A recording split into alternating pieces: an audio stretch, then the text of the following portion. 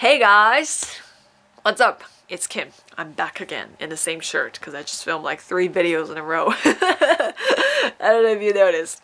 But yeah, so here's another video. It's the mid-November, almost the end of 2017. I cannot believe it. It just went by so fast. It's mid-November and it's almost the end of... Wait, I just said that. Yeah, so it's almost the end of 2017, so I wanted to make a video talking about endings and transitions, because usually this would be a time where we reflect on our year, we reflect and explore kind of like the story of 2017, like what has transpired, what's happened, like do we do what we set out to do in the beginning of the year, reviewing our goals and resolutions, stuff like that. Just lots of reflecting. And plus winter is just like the season for reflections anyway, like lots of people doing shadow work and child work, and including me, just it's a good time and good weather to be digging deep and exploring your inner scapes and going into the woods kind of thing. So yeah, I kind of wanted to talk about like reflecting, and then just kind of I want to talk about progress and success. And I don't know what would be the word that ties this together, but I guess just like reflecting on your journey thus far, feeling like have you gone far enough, have you done enough, or your sense of accomplishment, I guess. And I want to talk about this because I feel like a lot of us, if not all the time, get caught up with the wrong sort of milestone, the wrong marker for progress or how much progress we have made. And I think it's really important to look at like how we define success and how we evaluate progress. For example, I feel like most of us would evaluate ourselves with the conventional standards of success and progress. And I feel like even if you sort of like have a different standard, different way of looking at your life, I think sometimes we would still be influenced by those things. For example, like if you think about conventional success, what do you see? Wealth, status, money, which is wealth, and like you're either very established in the community, or you're very famous, or you're rich, or you have this steady career going up, you have this family started, you're in a relationship, etc., etc., etc. Cliches.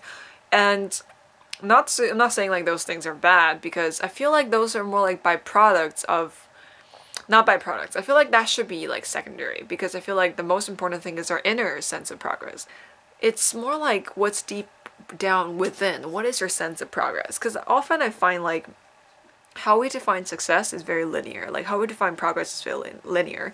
It's almost like we either had to be further or higher than where we were before. Otherwise, we're not growing at all. Otherwise, we're not making progress.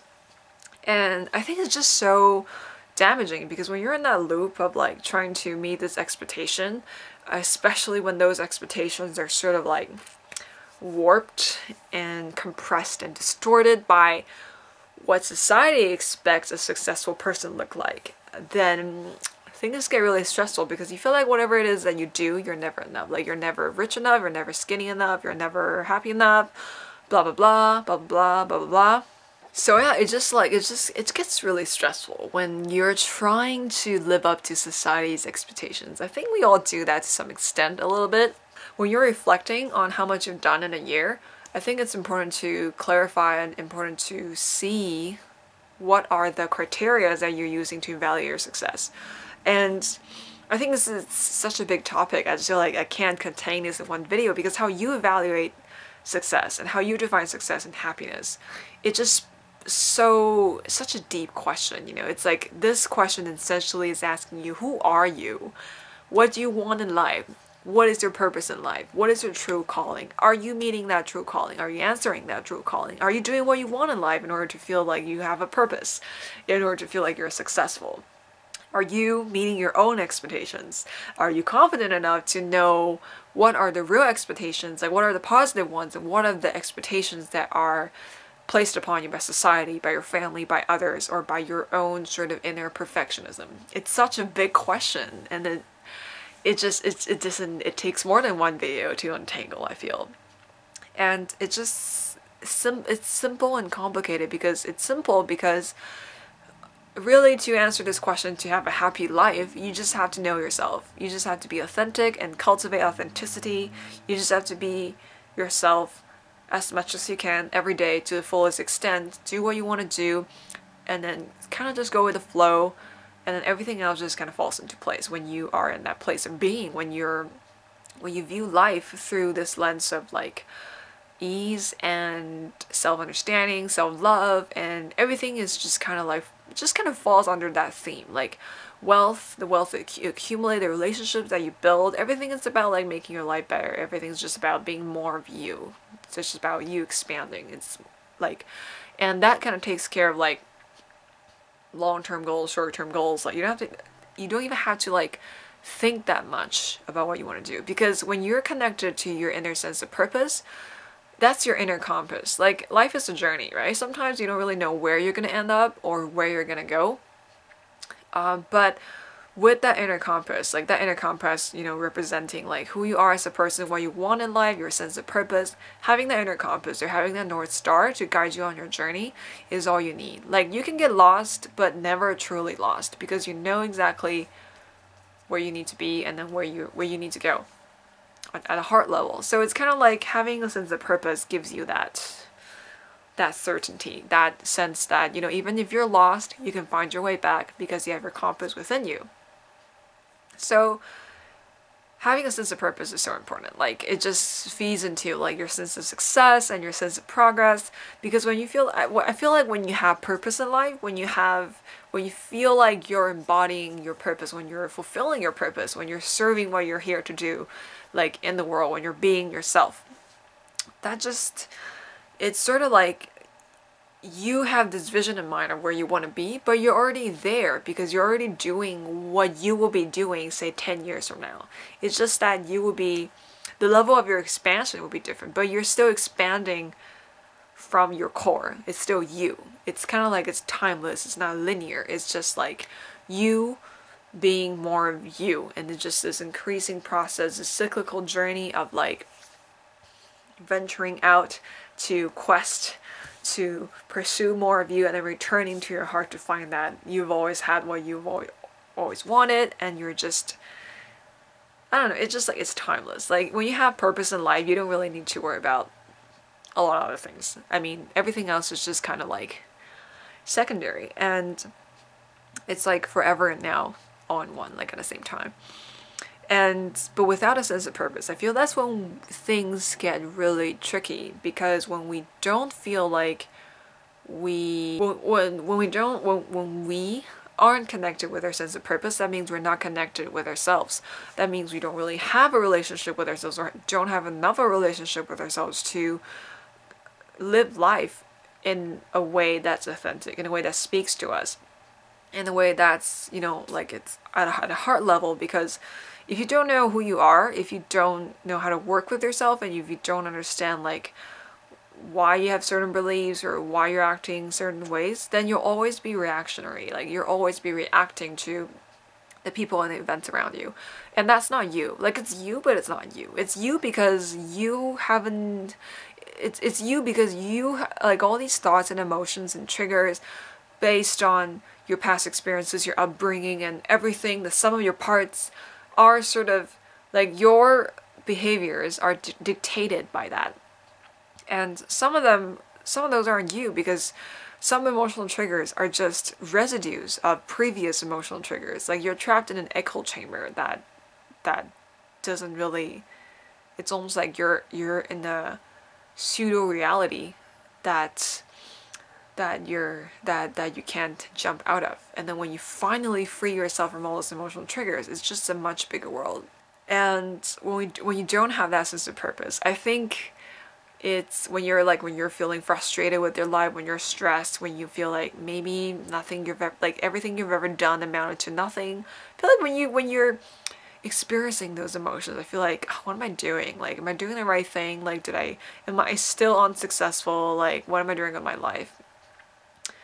I feel like instead of like ignoring that feeling and instead of trying to find the next thing, you really just have to go deep within and find it within yourself.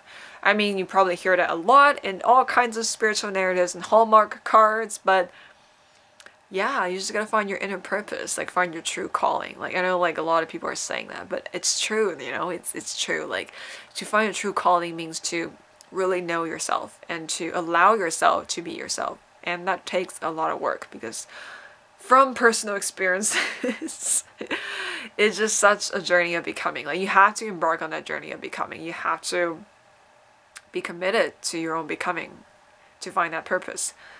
Otherwise, you'll just be stuck in that linear narrative, you know? It's just like, am I more than what I did I do enough, right? You'll always be comparing in a really toxic way, in a way that's really material, in a way that doesn't make sense, because it will never be enough. There's always going to be, when you play the numbers game, you know, I just feel like when you use these sort of evaluations to really examine your life, and it just fragments your life. It just fragments who you are. Like if you look at yourself in terms of how much money you make, how much status you have in society, how much influence you have over others, that's just so fragmenting. Like it really fragments you because it doesn't say anything about you, like who you are as a person. Like what are your values, you know? Like anybody can make a lot of money. Like we all have our entire lives to be making money. Like what's so special about making money? But what's special about you is like your purpose, you know, like how you feel, like doing things that are meaningful. Like what are the things that are meaningful to you? That's what gives value to your work. That's what makes you feel like life is meaningful. That's what you feel like your life, that's what would allow you to feel like life has purpose. And yeah, for me, I personally, like how I view success or progress or life, I personally like to use the metaphor of a journey or an adventure, and also like an RPG game, you know, gamify. I like to gamify a lot because to me, life is all about leveling up. It's all about becoming a better version of yourself. And I say better version of yourself not as in like you need to do anything superficial to upgrade yourself to meet anybody's standards or expectations. It's just about becoming better and continue to evolve, like being committed to your own evolution, being committed to becoming more of you, committed to expanding, you know, like committed to the journey of becoming. And I like the metaphor of a journey because it just makes so much sense, you know, like in this life, your spirit has a map. I call this a spirit map. Like it's kind of my philosophy, the spirit map. You have a map and your purpose, your inner sense of purpose, and that place of just being authentic, like that authentic part of you, that's your compass. Like your heart, that's your inner compass. Like it guides you through desires. It guides you through like telling you like this is what you want or this is what you don't want, because it points to directions, right? It gives you directions, like, literally just by telling you like, do you want to do this? Do you not want to do this? Like the things that are appealing to you are where you should be headed, because that's what where your heart is. Otherwise your heart wouldn't want to go there. And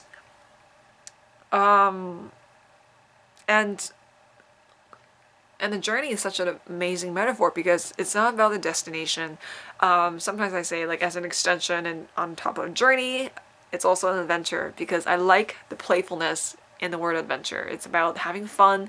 It's about enjoying the journey. It's about enjoying your life. It's about being spontaneous. It's about like just living your life to the fullest. That's why it's an adventure, because it's supposed to be fun. Like I just feel like when it comes to like work or evaluating like how much work you've done, it has to be strenuous or it has to be really serious. Like it could be challenging and it could be like takes a lot of energy, but I don't know, fun is like, your work should be fun. Like otherwise why are you doing that work if it's not fun? It's like if you're not enjoying that, like why are you in that job, or why are you doing that to yourself, kind of thing. It's like you need to follow the fun. You need to follow what makes your heart sing, because that's what you want to do in life. Like you should do what you want to do in life. I feel like it's really that simple. Like you want to do something, go do it. If you want it for a long time, for a long while, for a long lot, it's probably your calling. Like you should probably do it. And then there's just so many ways to answer that calling too. Don't feel like there's just one way. I mean, there's just so many resources out there for you to sort of answer your calling in a way that makes sense to you. Like I feel like maybe a lot of us feel like, oh, there's just one way. Maybe if you feel called that, if you want to be an artist, then you have to like paint and then do an exhibition or whatever. Like there's so many ways to do creative work nowadays. Like there's so many ways to like present the world with your art and share with the world what your art is. Like there's just so many ways to be yourself, like to allow yourself to kind of channel that inner artist or inner whatever, right? Just so many ways. Like you just have to research. And yeah, I just feel like at the end of the year and when you're reflecting on your life, it's just a good time to think about like reviewing your goals in a way. Like just look at, I don't know if this question gets too big, but I just feel like every year I do this, I just feel like you just evaluate your life and you look at how much have I grown? How much map have I uncovered this year? How many more lessons I've learned, and how many like dragons and monsters that I've slayed. Actually, I take it back. I don't want to slay dragons. I think dragons are very powerful and they're very badass. They're a powerful archetype that I want on my side, not on the other side. So monsters that I've slayed, how many dragons you have ridden into adventures, how many levels have you attained, like what's your level now, how many more fun have you had, like just like how much have you expanded as a person. Like if you look at your life's avatar, how many levels have you accumulated, how many bosses have you defeated, how many stages have you cleared, you know? Like if you look at your life that way, you can never feel discouraged or that you're doing nothing or you haven't done anything. Like you need to look at your life, like you need that kind of perspective. Like you need the perspective that will allow you to see how much you have grown, because there's no way that you've been staying the same. Even if you're doing the same thing over and over, there's got to be some kind of progress, and you just have to find a way to see that, like find a way to tap into your inner purpose so you could really understand like how you're advancing on a journey of life. I don't know if any of that makes sense. I'm trying to pull off this metaphor and it's really hard. Yeah, so I just want to throw that out there. In case you're like beating yourself up for like, oh my god, here's another year wasted. No, like none of the time you spend in life is wasted. Unless you're drunk. Yeah, I just want to let you know that life doesn't have to be that intense. Like, you don't have to have an intense perspective on life. Like it doesn't have to be that difficult. Like for me, like I just always feel like life is just what it is at the very moment. And I never feel like my life, like I just always appreciated the good parts of my life. And then I don't know, even when negative things happen, like when shitty things happen to me, I never really feel like they were negative. I just feel like this is something challenging that I have to get through, but ultimately they're all gonna help me grow into a better person, they're all gonna give me experiences that I can use later, you know, that's gonna help me grow and help me expand. I always feel that, like when you're just in that zone, like life doesn't scare you. It just doesn't, like, nothing really scares you, because you're just always in this like happy, relaxed, mellow mode. And even when you're not happy, you can still be in the zone where you're confident that you're gonna get through it and stuff like that. So yeah, so as the year draws into a close and you're reflecting on stuff, you can look into these things. If you're up for it, you can look at like, how do you define success? How do you define progress? How does the world define conventional success, maybe in your country or whatever? And then do you ever compare yourself to that?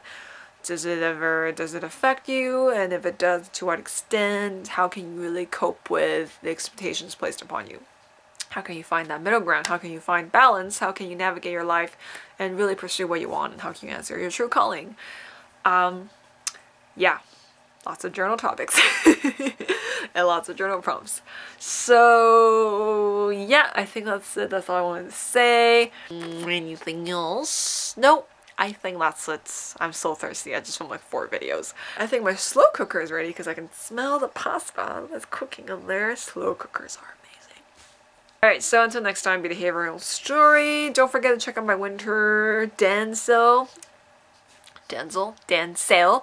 Some readings are 25% off. My ebooks are 25% off. And if you've been thinking of picking up my Game of Thrones spreads book, it's not 50%. It's 25% off. 25, not 50. 25, sorry. Yeah. And check out my Tarot Pet Toolkit. It's also 25% off. It's new.